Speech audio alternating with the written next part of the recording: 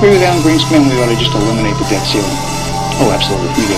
The ability of almost every working American to access more credit than they should have been able to masked the underlying fact that lower and middle class incomes were not rising. That's not a tenable strategy. Isn't now the time to eliminate it? Oh, we've been a long time ago to eliminate it. Let's put aside terrorism.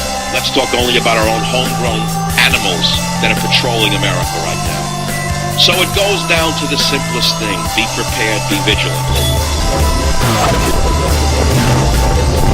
Tom Watts, 2-mile run on a garbage dinner, diet rough, pull-ups, weighted crunches, squats. A brief meeting and a kiss with the wife, a goodbye to the kids, back to the weights. Military press, and some lower back work. Very light on the military press. The right shoulder, something's not right with the right. You know, it's funny. I haven't hit the bag in a while, maybe 2 weeks since I've hit the heavy bag, and I got a heavy bag that is not faring well outside too, by the way. I had a title for a long time, a beautiful lipstick red title bag that hung outside, and she passed away this year. And the title bag was amazing. The title bag lasted for years. This bag, it's going to be a 1 year and done thing. I can see it already. The weather is killing it. Right, this is an indoor bag, clearly. Well, they're all indoor bags, but some of them are just thicker leather. Thicker, whatever that one was the title bag was very thick, and it withstood the rain and the fluctuations in temperature and things like that. But I haven't hit the bag in 2 weeks, is what I'm getting at. And if I ever injure elbows or shoulders, it's on the heavy bag, typically. Right, it's in those latter rounds when I'm throwing garbage and heaving, just trying to make it to the end of the round. I usually walk away with like a neck pull or a shoulder or an elbow twinge. Nothing of the sense. You know what I think it was, to be honest with you? I think I got some, I got some rotator cuff issue. No tear or whatever it is. It's just a little bothersome pain. But I think I got it from dips. I think it was dips. That's what I'm going to blame it on. So, finish out the workout, dove into the sauna for a little while. And here I am on the ride home with you. But in the sauna, I was thinking about a lot of things. Man, I'm really mulling over this formulae. This formulation this platform that you need to have to stand on as a man in the modern age. You know, it's a weird thing. My dad said something to me the other day. He said, make sure the kids are taken care of first. And then when it's all said and done, make sure you're taken care of. I don't know. Yeah, I'm just meandering in thoughts here. You know, this is not going to be a long podcast, but it's going to be one full of thoughts. Up at the website, IonLibertyShow.com, I wrote maybe one of my best poems to date. Yes, I write poetry. Yes, I read poetry. Yes, I like fine art. I don't care what you think. I don't care what you think about that. I don't care what attachments there are to that. I like the most gushy love poetry that has ever been written. I love the sonnets of Shakespeare. More than Shakespeare, I love the sonnets of Dante Gabriel Rossetti. I love the work of Robert Browning. Whatever. I don't fit in molds, sorry. You won't find a mold for me. I can promise you that right now. If you're looking for that, you're in the wrong place. Go, find the Militiaman channel or podcast or something to that effect. But I've been wrestling with mortality for a while. I was talking to my mother the other day, and I told her, Mom, what I feel like is people are dying around us all the time. I mean, the older I get, the more people die. And the more frequently they die. No, I don't cry about it. No, they're not people who bring tears to my eyes. There were people I knew. There were people maybe was related to and things like that. And I told my mother, I was on the phone with her the other day. Yeah, I call my parents too. Sue me. I was talking to her about death, and I said, Mom, I feel like I'm in a big room full of books, and the books are closing. You know, like the books have been open my whole life, these books, and now all of a sudden they're closing. Everywhere I look is another story coming to an end. The book's closing. And the mortality and the stress of the mortality, and I posted something about it after I wrote this poem up on the Dad's Edge Facebook group. I love these Dad's Facebook groups, man. They're great. They're great, and they're also as depressing as anything, because you see what other dads are going through. And it's like, whoa, God, the divorce. You read about the divorce that these men are going through. It's a nightmare. You read about the hardships, the struggles. I look at my wife, I say, God, how blessed am I here? We're gonna make this thing work. This is gonna work. You know, we're not gonna be up in a therapist room or none of that. It's just gonna work, you know, because we both want it to work. And man, you want to talk about equality in a woman for the young men out there listening. If you don't want to find yourself in divorce court 5 years after you got married, or 10 with 2 kids in tow, and have to have that conversation where you sit your kids down, or you sit down on the edge of their bed and tell them Daddy's not going to live with them anymore. I mean, what is more heart-wrenching than that? If you don't want to have that conversation, you don't want to gin that life up, and you're young and you're trying to figure out what kind of woman you want, stop worrying about like hair extensions and big asses. You really have to cleave to a woman who is overwhelming. You have to cleave to a woman who isn't afraid of hard work. Really, you want to talk about an attractive trait in a woman, look for a woman who will work hard. It's always been something I liked in women. I never even understood why. I've always had these prescient, like these weird desires and attractions. And one of those with women was always hard work. You know, don't stand above the rest because of your tube top. Like, stand above the rest because of how hard you work and how stubborn. My wife is the most stubborn woman there is, probably. But you have to remember, she'll be stubborn for you as well as against you. She'll be stubborn with you. And you won't be able to give up on a woman like that. And that's what you want in a wife. Of course you want to love her. Of course you want to find her attractive. They're all necessary. They're all necessary, but if you really want to look for staying power, you look for a mother. You look for a mother, and you look for a woman who's going to be there, and who's going to fight, and who's going to work. Because that's what marriage is, it's work. But anyway, I posted this thing up on the Father's Edge Facebook group. I also love Tactical Dads, if you want to get into these dad Facebook groups. They're awesome. I'm falling in love with communities now that are not just a normal neighborhood community thing that I've always talked about, but also these internet communities, these online communities of people who are going through things. They introduce you to things. You meet a vast scope of people. You meet a variety. Well, it's like I talk about in dynamic lifestyles, right? One of the key points in having a dynamic lifestyle is having friends and acquaintances from all different backgrounds. Don't get locked into this idea that I'm a right-wing prepper conservative, so I can't talk to liberals. I'm a young man, so I can't hang with old men. I'm an old man, so I can't hang with young men. What are you talking about? You're swimming in a pool of human. There's 350, 60 million people around.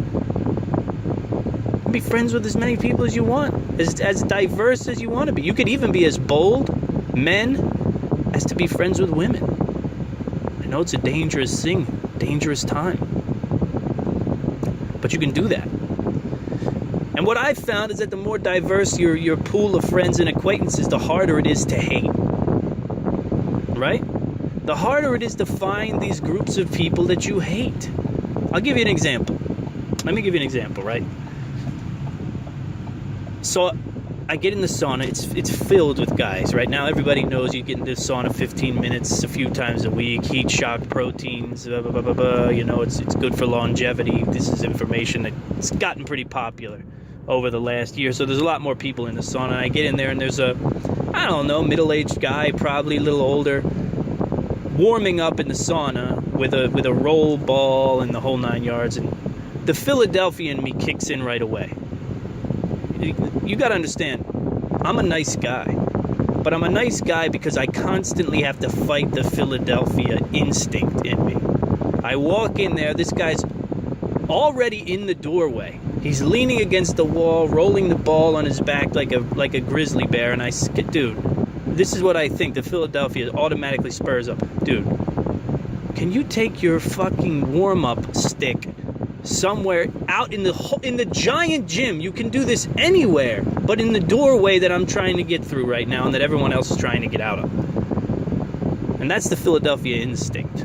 All right, everything is a burden. Everything is a burden, and everything is against you, and every obstacle was put on the planet just to get in your way. That's sort of the Philly mindset when you grow up there and you really spend a lot of time around a certain type of people from there.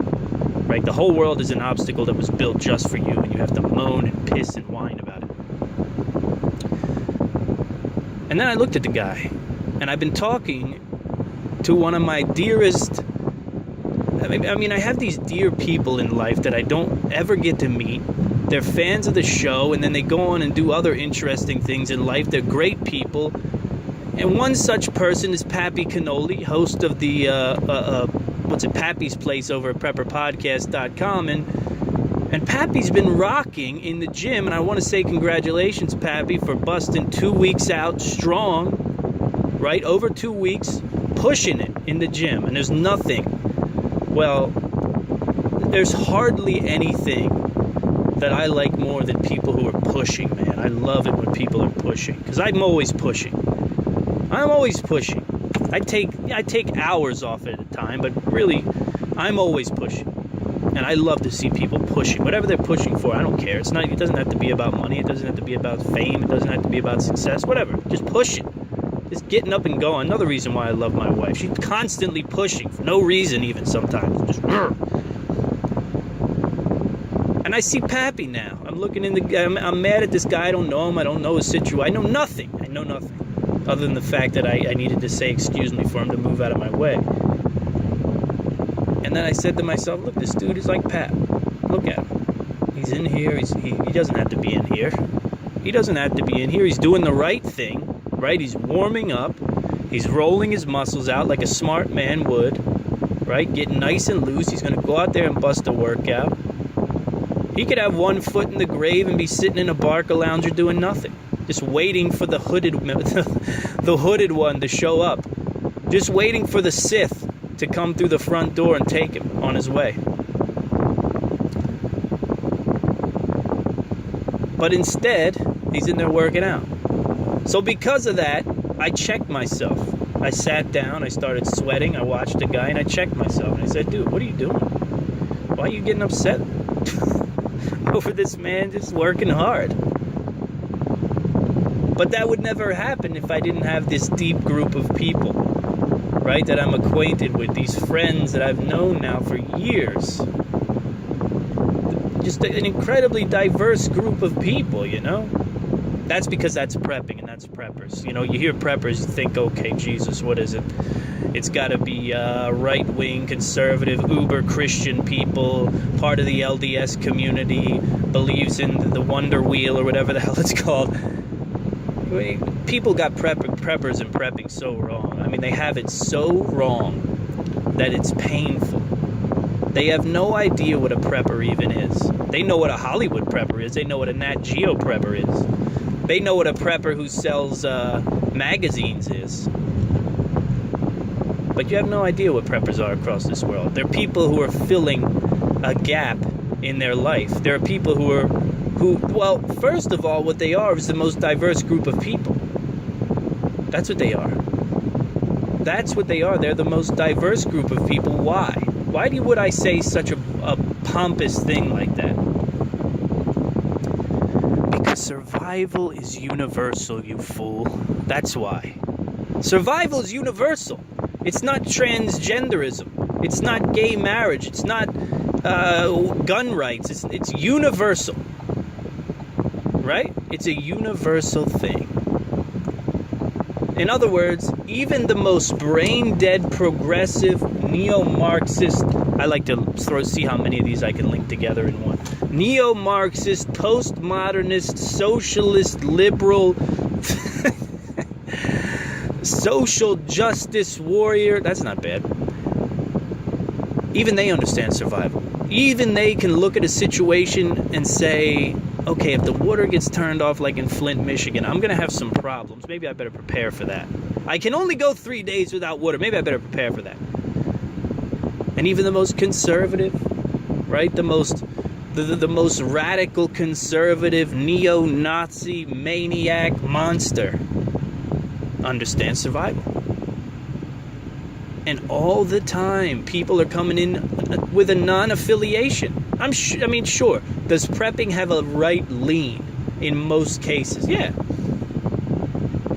But survival is universal. Therefore, prepping is universal. Right? You don't need a Trump hat to prep. You don't. You don't need a Trump hat to understand that you better store some food for just in case things get a little wacky. You don't need a Trump hat to understand that you need to prepare your body and your mind for a devastating time. That you need to learn how to live off the land around you and how to create things from the wood and the metal that surrounds you as well. Why? Because, well, what prepping calls to mind, a lot of people say, it's about being prepared and being prepared to take care of my family. But one of the things that prepping calls... One of the things that it calls to mind is the fact that while you are loved and while you are part of a family and while you are part of a community and while you are part of many things, at the end of the day, you really are alone. You really are alone.